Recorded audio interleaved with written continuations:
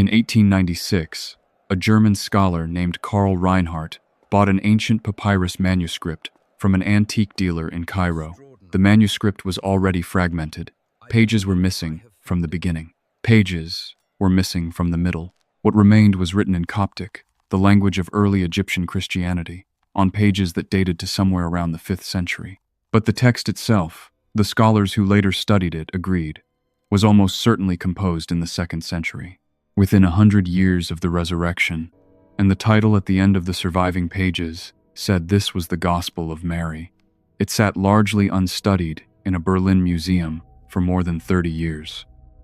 It was not published in full until 1955, and even then, it attracted relatively little attention outside academic circles. It was not until the late 20th century, when popular interest in alternative gospels and suppressed texts began to grow, that the Gospel of Mary became widely discussed. By then, 2 more fragments of the same text had been discovered, one in Greek, proving this had originally been written in Greek before being translated into Coptic. The text existed, it had circulated, it had been read, and then it had vanished, until an antique dealer in Cairo sold a battered manuscript to a German scholar on an ordinary day in 1896. The first thing to understand about the Gospel of Mary is what it is not. It is not a gospel in the same sense that Matthew, Mark, Luke, and John are gospels. Those texts narrate the life, ministry, death, and resurrection of Jesus from beginning to end. The Gospel of Mary is shorter, more fragmented, more philosophically dense, and it does not narrate events so much as it records a conversation and a vision, specifically a conversation among the disciples after the resurrection, and a vision that Mary Magdalene received from Jesus directly, a vision the other disciples did not receive, a vision that 2 of them, Andrew and Peter, did not believe she had actually been given. The surviving text opens after the resurrection. Jesus has been speaking with his disciples about the nature of sin, the soul, and the danger of attachment to the material world. His final instruction to them is to go and proclaim the good news, and then he leaves. And the disciples are afraid. They are afraid of what will happen to them if they go out and preach. They are grieving. They do not know how to do what they have just been told to do without the physical presence of the one who told them to do it. And then Mary Magdalene speaks. She does not speak timidly. She does not ask permission to address the group. She stands up and turns their hearts toward the good. That is the exact phrasing the text uses. She turns their hearts. She reminds them of what Jesus taught. She reminds them that his grace is with them and will protect them. And the disciples are strengthened by what she says. They begin to discuss the teachings. The atmosphere shifts from grief and fear to something that can actually move forward. It is a small moment in the text, but it is a significant one, because it places Mary Magdalene not at the edge of the disciples but at the center of them, not listening while the men speak, but speaking when the men cannot. She is the one who stabilizes the group in the immediate aftermath of the resurrection.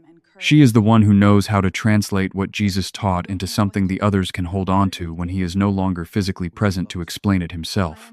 Then Peter asks her something. He says, "Sister, we know that the Savior loved you more than the rest of women. Tell us the words of the Savior which you remember, which you know but we do not, nor have we heard them." Peter is acknowledging something in that question that is easy to miss. He is saying there were private conversations between Jesus and Mary Magdalene that the 12 did not participate in. He is saying Mary has knowledge of what Jesus taught that the rest of them do not have, and he is asking her to share it. What follows is the most remarkable section of the surviving text. Mary describes a vision. She says, when she saw the Lord, she asked him, "How does someone see a vision?" And Jesus answered her. He told her that the soul does not see through the eye or through the spirit, but through the mind. He gave her a private teaching on the nature of spiritual perception, on how divine knowledge reaches a person, on what the soul encounters as it moves through different states of understanding toward rest. The vision she describes involves the soul passing through various powers or forces, each of which attempts to hold it back, to bind it to lesser things, to keep it from ascending. And the soul answers each one and passes through. It is dense. It is unusual. It is clearly drawing on philosophical categories that were common in the 2nd century Mediterranean world. ideas about the soul's journey, about layers of reality between the material and the divine. Whether you read it as a literal account of a vision or as a theological framework for understanding spiritual growth, the core claim is the same. Mary Magdalene received private instruction from Jesus that the 12 did not receive, and she is sharing it because Peter asked her to. When she finishes, Andrew speaks first. He says to the other disciples, "Say what you think about what she said, for I do not believe that the Savior said these things. For certainly these teachings are of other ideas." Andrew is not accusing Mary of lying exactly. He is saying the teachings she described do not sound like what he remembers Jesus teaching. They sound like something from somewhere else. His objection is theological. The content feels wrong to him. Then Peter speaks, and Peter's objection is different. It is not primarily about the content. He asks, "Did he speak with a woman without our knowledge and not openly? Are we to turn and all listen to her? Did he prefer her to us?" Peter's question is not really a question. It is a challenge. Did Jesus really have private conversations with a woman that he did not have with us? Did he really tell her things he did not tell his 12 chosen disciples? The question carries an assumption that it would be inappropriate, even impossible, for Jesus to share knowledge with Mary that he did not share with them, that her gender alone makes the claim suspect. And Mary weeps.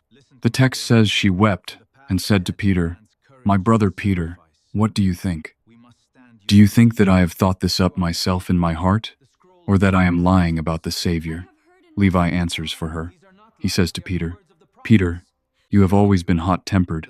Now I see you contending against the woman like the adversaries. But if the Savior made her worthy, who are you to reject her? Surely the Savior knows her very well.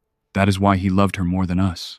That exchange, Peter challenging Mary's account of private instruction from Jesus, and Levi defending her against Peter, is the heart of why this text has attracted so much attention across so many centuries. It is not simply a theological dispute. It is a dispute about authority, about who gets to know what Jesus taught, about whether a woman can be the primary recipient and transmitter of spiritual knowledge in the early Christian community. And the text answers that dispute firmly and without apology. Levi tells Peter directly, "The Savior made her worthy. Who are you to reject her?" The text then ends. Levi says they should clothe themselves in perfect humanity and go proclaim the gospel. And the text says, "They went forth to proclaim and to preach." That is the last line of the surviving manuscript. Whether more followed in the pages that are now missing, no one knows. What does this text mean? What does it tell us? The answer depends partly on how you situate it historically. The Gospel of Mary was not written by Mary Magdalene. No serious scholar argues that it was. It was written in the 2nd century, at least 100 years after her death, by an unknown author drawing on traditions about her. It reflects the concerns and controversies of early Christianity in the 2nd century, a period when questions about who had authority to teach, who had received true knowledge from Jesus, and what the relationship was between the major apostolic figures were being actively and sometimes bitterly contested. What the text preserves, whatever its authorship, is a memory. A memory strong enough that someone in the 2nd century thought it worth writing down. A memory that Mary Magdalene had a relationship with Jesus that was different from the relationship the 12 had with him. That she received things from him they did not receive. That when they were afraid and grieving and did not know what to do, she was the one who turned their hearts. That when Peter challenged her, someone defended her.